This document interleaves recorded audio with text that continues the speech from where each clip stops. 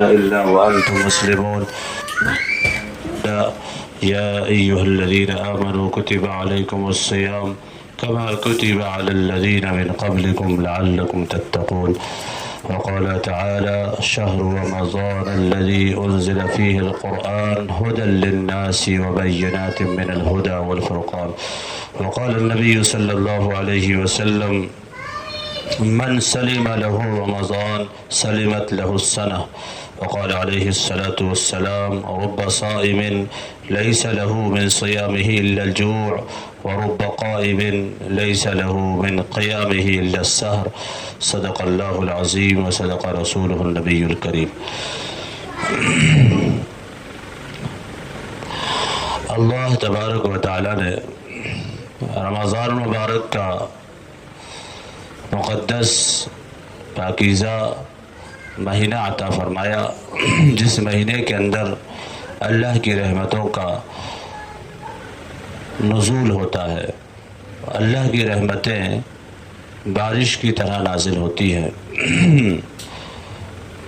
حقیقت میں جو لوگ اللہ کی رحمتوں کو، حقیقت میں جو لوگ عبادت کرنے والے ہیں، عبادت کا حق ادا کرنے والے ہیں، اور رمضان مبارک کی ساعتوں کو، اس کے لمحات کو وصول کرنے والے ہیں، اور اس مہینے کی صحیح قدر کرنے والے ہیں، ان لوگوں نے عبادت ایسی کی کہ اللہ تبارک و تعالیٰ نے رمضان مبارک کی رحمتوں کو ان کو دکھا بھی دیا. کیسی رحمتیں نازل ہوتی ہیں. مجدد الفسانی رحمۃ اللہ نے لکھا ہے کہ اولیاء اللہ نے جب کشف کی نگاہ سے، کشف کی نگاہ ہوتی ہے، اللہ والوں کی ایک خاص کیفیت ہوتی ہے، جس کیفیت سے وہ کوئی خاص چیز جو لوگوں کو دکھائی نہیں دیتی، وہ چیز اللہ تعالیٰ ان کو دکھا دیتے. یہ ہوتی کشف کی نگاہ. تو مجدد الفسانی رحمۃ اللہ نے لکھا ہے کہ اولیاء اللہ نے کشف کی نگاہ سے دیکھا تو اللہ کی رحمتوں کا جو نزول آسمانوں سے ہوتا ہے، تو یہ محسوس کیا کہ سال کی 11 مہینوں کی رحمتیں دریا کی مانند ہیں، اور صرف رمضان مبارک کی رحمتیں وہ سمندر کے مانند ہیں. سمندر کے مانند ہے صرف رمضان کی رحمتیں. اور فرمایا رمضان مبارک کے اندر اللہ کی رحمتیں موسلا دھار بارش کی طرح نازل ہوتی ہیں. موسلا دھار بارش یعنی وہ مسلسل بارش جو بند نہیں ہوتی، ایک ہی طریقے پر ایک ہی اسپیڈ میں مسلسل گرتی رہتی ہے، تیز رفتار کے ساتھ مسلسل گرتی رہتی ہے، اسے کہتے ہیں موسلا دھار بارش.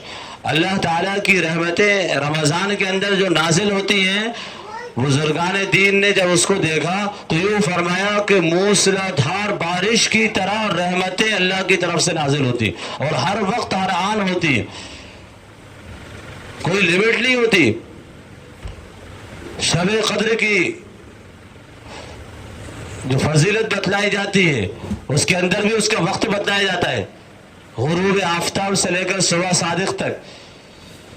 تہجد کا ایک وقت ہوتا ہے، افطار کا ایک وقت ہوتا ہے، جیسے کوئی خاص قبولیت کے وقت ہے. لیکن رمضان المبارک کا وہ مہینہ ہے، یہ پورا کے پورا مہینہ قبولیت کا مہینہ ہے. اس کا ایک ایک لمحہ قبولیت کا ہے، ایک ایک لمحہ اللہ کی رحمتوں سے بھرپور ہے. تو جو لوگ اللہ کی رحمتوں کو، اللہ کی برکتوں کو سمیٹنا چاہتے ہیں، رمضان مبارک کی ساعتوں کو وصول کرنا چاہتے ہیں، وہ رمضان کے دن اور ایام کو، رمضان کے دن اور رات کو وہ ضائع نہیں کرتے. رمضان کے دن اور رات کو ضائع نہیں کرتے، ایک ایک منٹ کی قدر ان کے یہاں ہوتی ہے. حضرت شیخ رحمۃ اللہ علیہ نے فضائل رمضان میں نبی علیہ السلام کے رمضان کو بھی ذکر کیا، صحابہ کے رمضان کو، تابعین کے رمضان کو ذکر کیا، اور کہا کہ یہ مت سمجھنا کہ یہ تو 1400 سال پہلے کے لوگ تھے، یہ بڑے مجاہد لوگ تھے، بڑی قربانیاں دینے والے لوگ تھے، بڑے نفس کو مارنے والے لوگ تھے، اس لیے ان کے لیے قربانیاں دینا آسان تھی. پھر حضرت شیخ رحمۃ اللہ علیہ نے اپنے زمانے کے بزرگوں کے واقعات لکھے، جو ماضی قریب کے جو اسلاف ہمارے گزرے ہیں، جو بڑے گزرے ہیں، ان کے واقعات لکھے کہ دیکھو ان کے یہاں رمضان کیسا ہوتا تھا۔ اس سے معلوم ہوتا ہے کہ رمضان کا مہینہ اللہ تعالیٰ نے ایسا مہینہ بنایا ہے کہ رمضان کے اندر ہر مومن، ہر ایمان والا اللہ کی عبادت آسانی سے کر سکتا ہے۔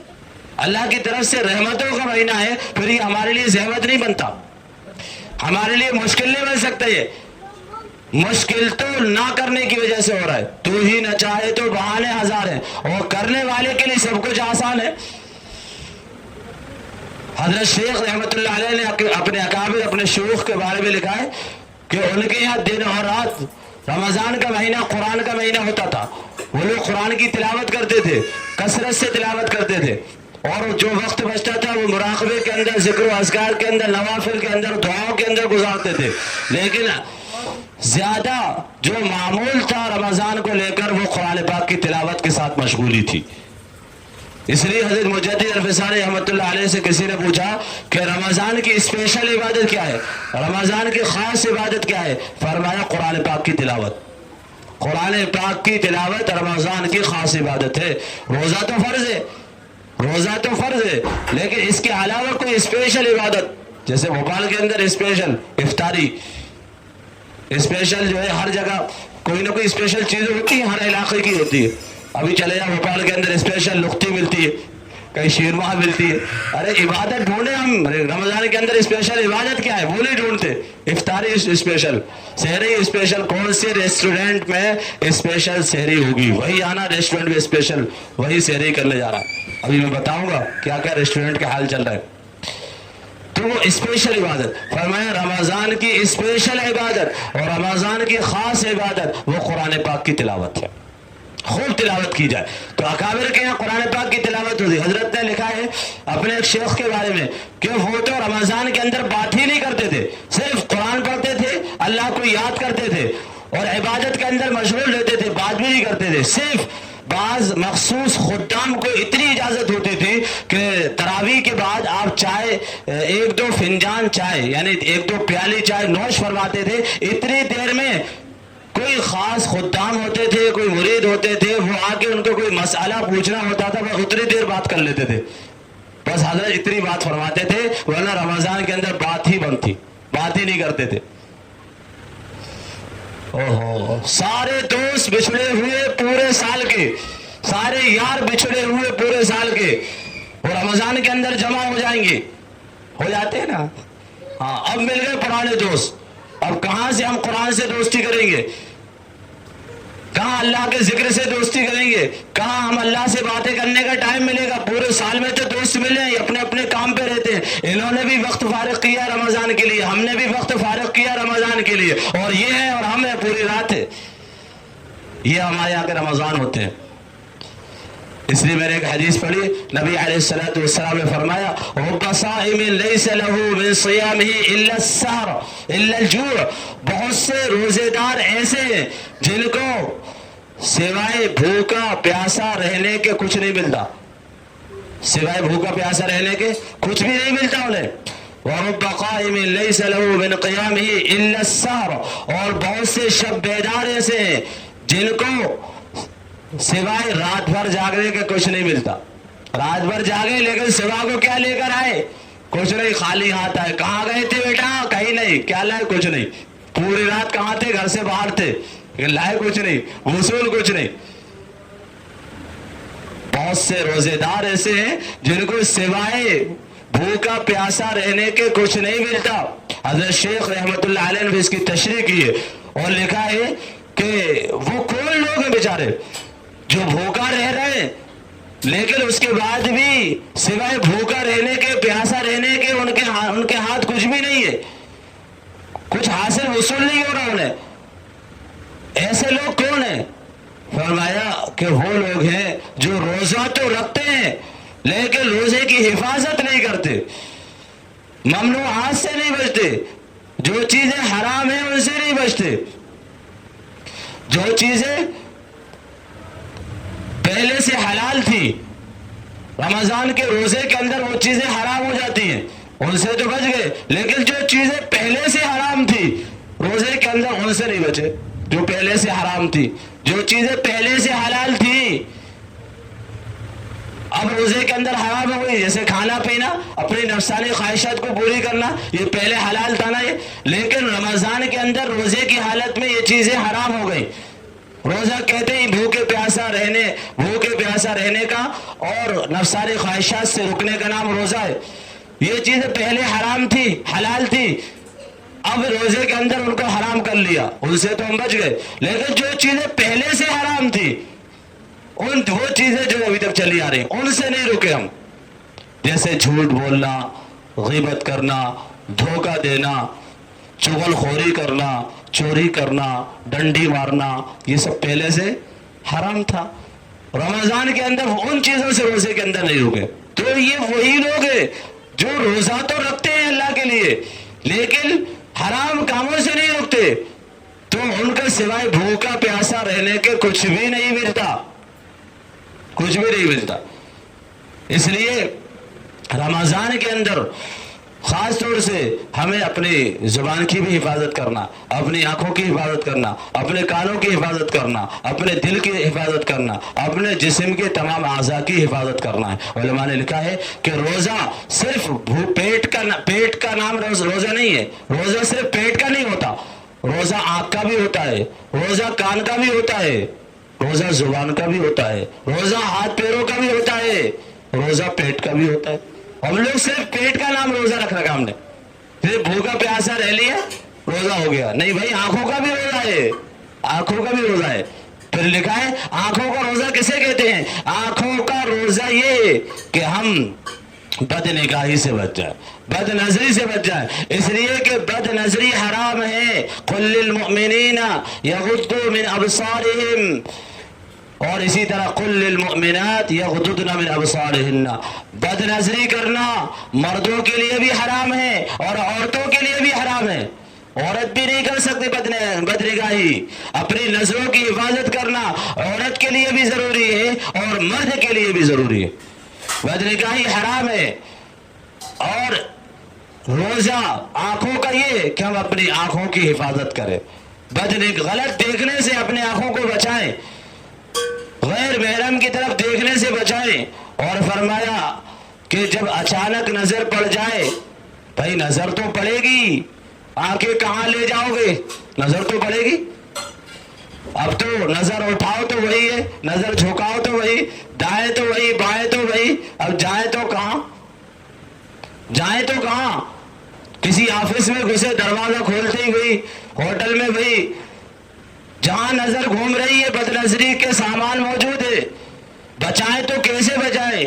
علماء نے لکھا ہے اس زمانے کا ولی ہے وہ آدمی جو اپنی نگاہوں کی حفاظت کر لے، جو اپنی نگاہوں کی حفاظت کر لے وہ اپنے اس زمانے کا ولی ہے۔ جائے تو کہاں جائے؟ ہر جگہ بدنگاہی کے اسباب موجود ہیں، بچنا مشکل ہے، بہت سخت زمانہ چل رہا ہے، بہت سخت زمانہ چل رہا ہے۔ وہاں یوسف علیہ السلام تھے، ایک زلیخا تھی، یہاں زلیخائیں ہیں، زلیخا نہیں ہے۔ بہت ضرورت ہے نوجوانوں بچنے کی۔ اس لیے میں نے ایک حدیث پڑھی تھی ابھی، من سلم لہو رمضان سلمت لہو السنہ، نبی علیہ السلام نے فرمایا جس کا رمضان صحیح سالم گزرا اس کا پورا سال صحیح سالم گزرے گا۔ ہم رمضان کے اندر اپنی نگاہوں کو سالم کر لیں، یعنی محفوظ کر لیں، اپنی نگاہوں کو محفوظ کر لیں رمضان کے اندر، اور رمضان کے اندر اس کی پریکٹس کر لیں، ہم رمضان کے اندر بدنگاہی سے محفوظ ہو جائیں، بچا لیں اپنے آپ کو۔ اللہ تعالیٰ پورے سال ہمیں توفیق عطا فرمائیں گے بدنگاہی کے گناہ سے، بدنگاہی کے گناہ سے ہم بچ جائیں گے پورے سال اللہ تعالیٰ کی توفیق سے، نبی علیہ السلام کا فرمان ہے یہ۔ تو اس لیے نظروں کی حفاظت، تو اچانک نظر تو پڑنا پکی بات ہے، کیونکہ آدمی بچ ہی نہیں سکتا، کہیں نہ کہیں جو ہے اچانک نظر پڑے گی۔ صوفیوں کے امام تھے حضرت علی رضی اللہ تعالیٰ عنہ کہلاتے ہیں، صوفیوں کے امام۔ اللہ کے نبی علیہ السلام نے فرمایا اے علی، جب کسی پہ نظر پڑ جائے تو فوراً ہٹا لینا، صرف بصرک، اپنی نظر کو فوراً ہٹا لینا، اچانک پڑ جائے تو فرمایا اچانک، ایسا نہیں کہ نہیں پہلی نظر تو معاف ہے، اس لیے ہٹاؤ مت، پہلی معافی دیکھتے رہو، نہیں پڑ جائے تو اسرف بصرک، اس کو فوراً پھیر لو، اس لیے کہ پہلی نظر معاف ہے، دوسری معاف نہیں ہے، دوسری معاف نہیں ہے۔ اس لیے اس طرح ہم اپنی نگاہوں کی حفاظت کریں۔ تو آنکھ کا روزہ، کان کا روزہ، گانے سننے سے، میوزک سننے سے، غیبت سننے سے، بری باتیں سننے سے، گالی گلوچ سننے سے اپنے کانوں کو بچائیں۔ اور بچائیں گے کیسے؟ جب ہم زیادہ نشست و برخاست سے، زیادہ دوستوں کی مجلسوں سے اپنے آپ کو بچائیں گے۔ رمضان کے اندر ہم سب سے دوستی کر رہے ہیں، لیکن نہیں کرتے ہم دوستی رمضان سے۔ رمضان سے دوستی یہ ہے کہ ہم اپنے آپ کو گناہوں سے بچا لیں۔ لعلکم تتقون، یہ روزوں کا مقصد بیان فرمایا اللہ نے، لعلکم تتقون، روزے تم پر اس لیے فرض کیے گئے ہیں تاکہ تم پرہیزگار بن جاؤ، متقی بن جاؤ۔ تو کانوں کی حفاظت اور زبان کی حفاظت، زبان کی حفاظت، غیبت سے، جھوٹ سے، بد کلامی سے، بدگوئی سے اپنی زبان کو بچانا، یہ زبان کا روزہ ہے، زبان کا روزہ ہے۔ بعض علماء کے نزدیک جھوٹ بولنے سے اور غیبت کرنے سے روزہ ٹوٹ جاتا ہے۔ اب ہم جتنا کم اپنے دوستوں کے پاس بیٹھیں گے، جتنا نشست و برخاست کم رکھیں گے، اتنا زبان چلنے میں کم آئے گی، اور جتنا چلنے میں کم آئے گی اتنا جو ہے باتوں کا جو مواخذہ باتوں پر ہوتا ہے اللہ کی طرف سے، اس کی پکڑ سے ہم بچ جائیں گے۔ حدیث پاک کے اندر آتا ہے، نبی علیہ الصلوۃ والسلام نے فرمایا سب سے زیادہ جہنم میں لے جانے والی چیز آدمی کی اپنی زبان کی باتیں ہیں۔ زبان کی باتیں جو آدمی زبان سے کرتا ہے، اس کی وجہ سے آدمی سب سے زیادہ جہنم میں جائے گا۔ اس لیے اپنی زبان کی حفاظت کرنا ہے۔ غیبت نہیں ہونا چاہیے زبان سے۔ ہم لوگ غیبت کو، جھوٹ کو بھی معمولی سمجھتے ہیں اور غیبت کو بھی معمولی سمجھ لیتے ہیں، اس لیے روزے کے اندر بھی چل رہا ہے کام۔ اگر جھوٹ اور غیبت سنگین گناہ نہ ہوتا تو کبھی بھی علماء اس پر فتویٰ نہیں دیتے، جو بعض علماء نے فتویٰ دیا ہے کہ جھوٹ اور غیبت سے روزہ ٹوٹ جاتا ہے۔ بعض علماء سب کے نزدیک نہیں ہے، ورنہ تو بہت مشکل ہو جاتی ہے ہمارے لیے، کتنی مرتبہ روزے توڑ رہے ہوتے، روز روزے توڑ رہے ہوتے، لیکن کتنا سنگین گناہ ہے، کتنا سخت گناہ اس سے معلوم ہوتا ہے۔ جھوٹ بولنا اور غیبت کرنا کتنا سنگین گناہ ہوگا۔ حدیث پاک کے اندر آتا ہے مسلمان سب کچھ کر سکتا ہے لیکن جھوٹ نہیں بول سکتا۔ مسلمان کی شان ہی نہیں ہے کہ وہ جھوٹ بولے، لیکن دھندے والا، تاجر، ٹھیلا لگانے والا، بزنس کرنے والا، فروٹس بیچنے والا، بعض مرتبہ سب کی نہیں کرے، بہت اچھے بھی ہوتے ہیں، یہ سمجھتے ہیں کہ ہمارے لیے جھوٹ بولنا جائز ہے، بغیر جھوٹ کے تجارت ہی نہیں ہوتی، بغیر جھوٹ کے دھندا ہی نہیں ہوتا، اور بہترین انداز میں جھوٹ بول لیں گے رمضان کے اندر بھی۔ بالکل ایک نمبر کا مال ہے، لے جائیے صاحب، ایک نمبر کا مال ہے، بالکل خراب نہیں لے گا، آپ لے جائیے آنکھیں بند کر کے۔ رمضان کے اندر جھوٹ تھوڑی بولیں گے، جھوٹ بھی بولنا ہے، سب نہیں ہوتے ایسے، لیکن بچنا چاہیے بھائی اپنے آپ کی۔ رمضان کے اندر اگر ہم جھوٹ سے نہیں بچیں گے تو کب بچیں گے بھائی؟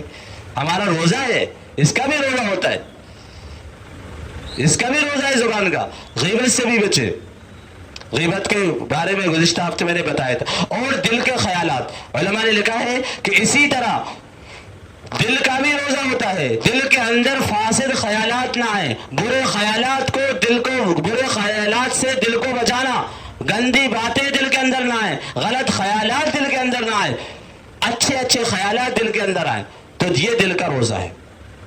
برے باتوں سے، برے خیالات سے اپنے دل کو پاک صاف رکھنا، برے خیالات سے۔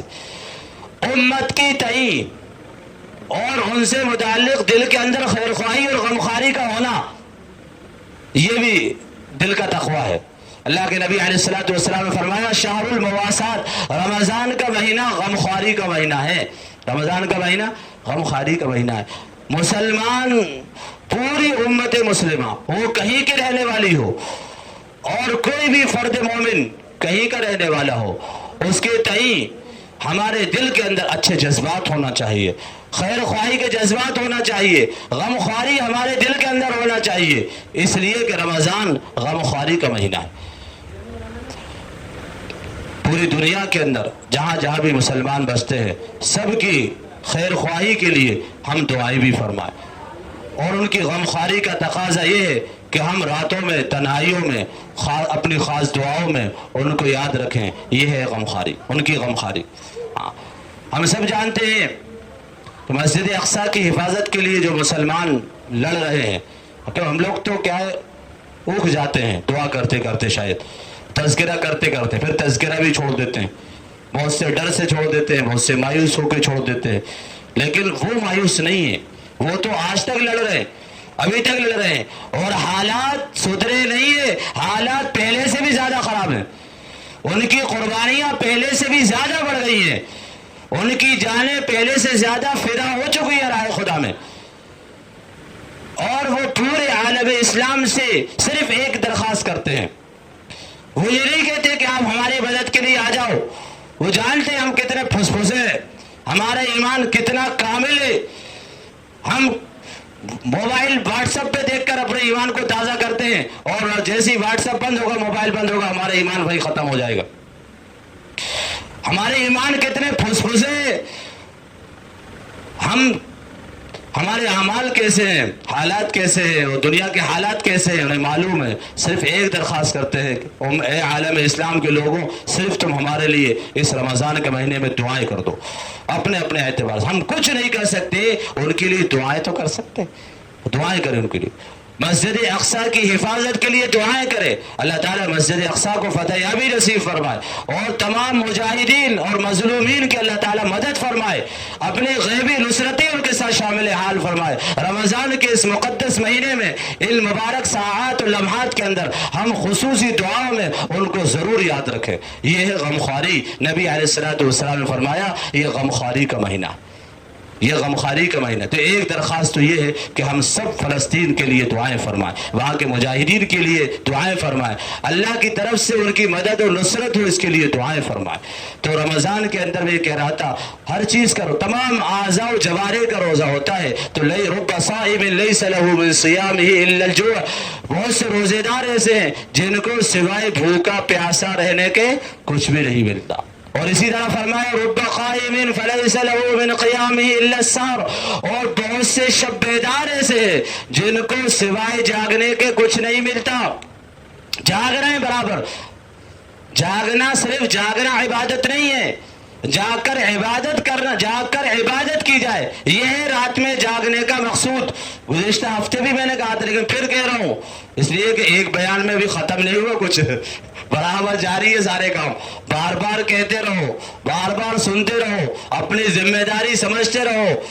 ہاں، یہ نوجوان، یہ بچے اگر ہم ان کو سمجھائیں گے، نہ معلوم کس کی بات کس وقت کس دل کے گوشے میں جا کے رک جائے اور اس کو اثر کر جائے، اور وہ جو ہے خود بھی بچ جائے اور ہدایت کا ذریعہ بن جائے. اس لیے سمجھانا بند نہیں کرنا چاہیے. رمضان کا مبارک مہینہ قدردانی کا حامل ہے، ایک منٹ بھی کسی کا ضائع نہ ہو، ہم سب کو اس کی کوشش کرنا چاہیے. تو حدیث پاک کے اندر آیا رب قائم فلیس له من قیامہ الا السحر، بہت سے شب بیدار ایسے ہیں جن کو سوائے جاگنے کا کچھ نہیں ملتا.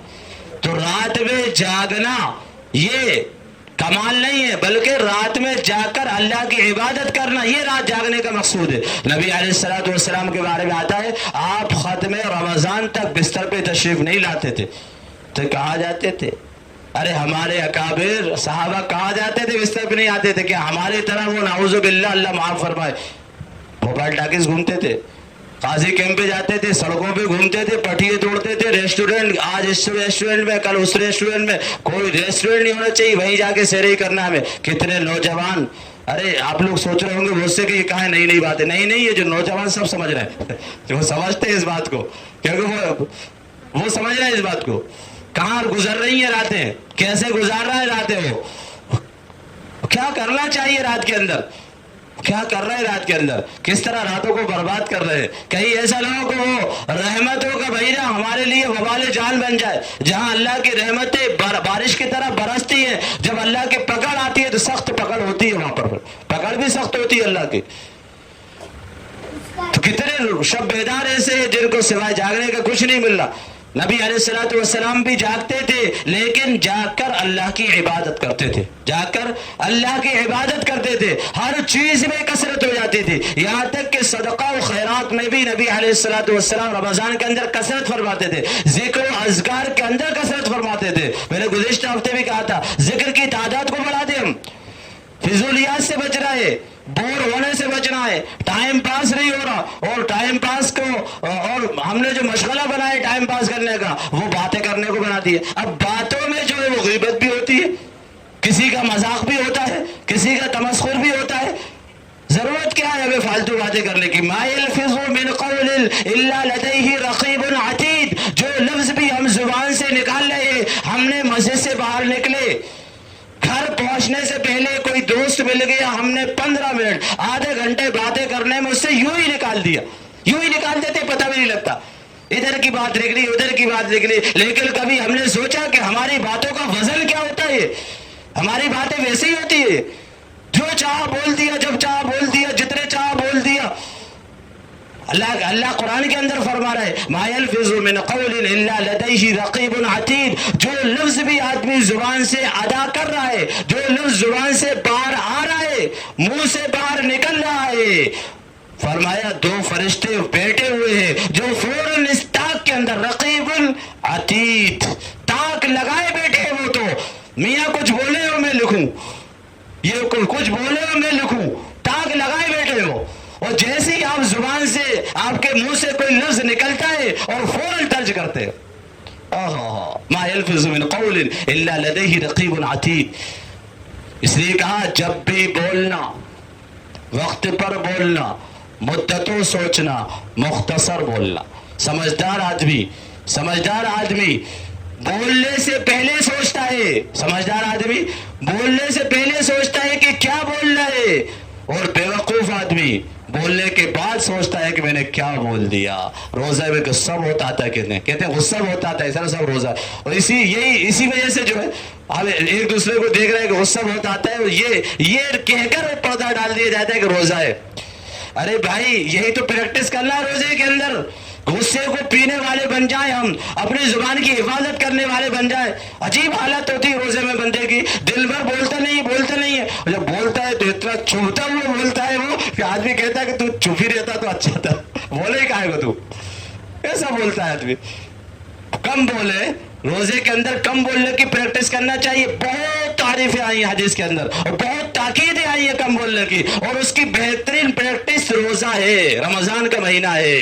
کم بولے, اچھا بولے, خیر کی باتیں بولے. جب بھی بولے ہماری باتوں سے پھول جل رہے ہیں اور لوگوں کو فائدہ پہنچ رہا ہو, ایسا بولنے کی ہم پریکٹس کریں رمضان کے اندر. من سلم رمضان سلمت لہ السنہ. جو رمضان کو اس طرح سالم اور صحیح گزارے گا, اللہ تعالیٰ پورا سال اس کا صحیح سالم کر دیں گے. اللہ عمل کی توفیق نصیب فرمائے. وآخر دعوانا الحمدللہ رب العالمین.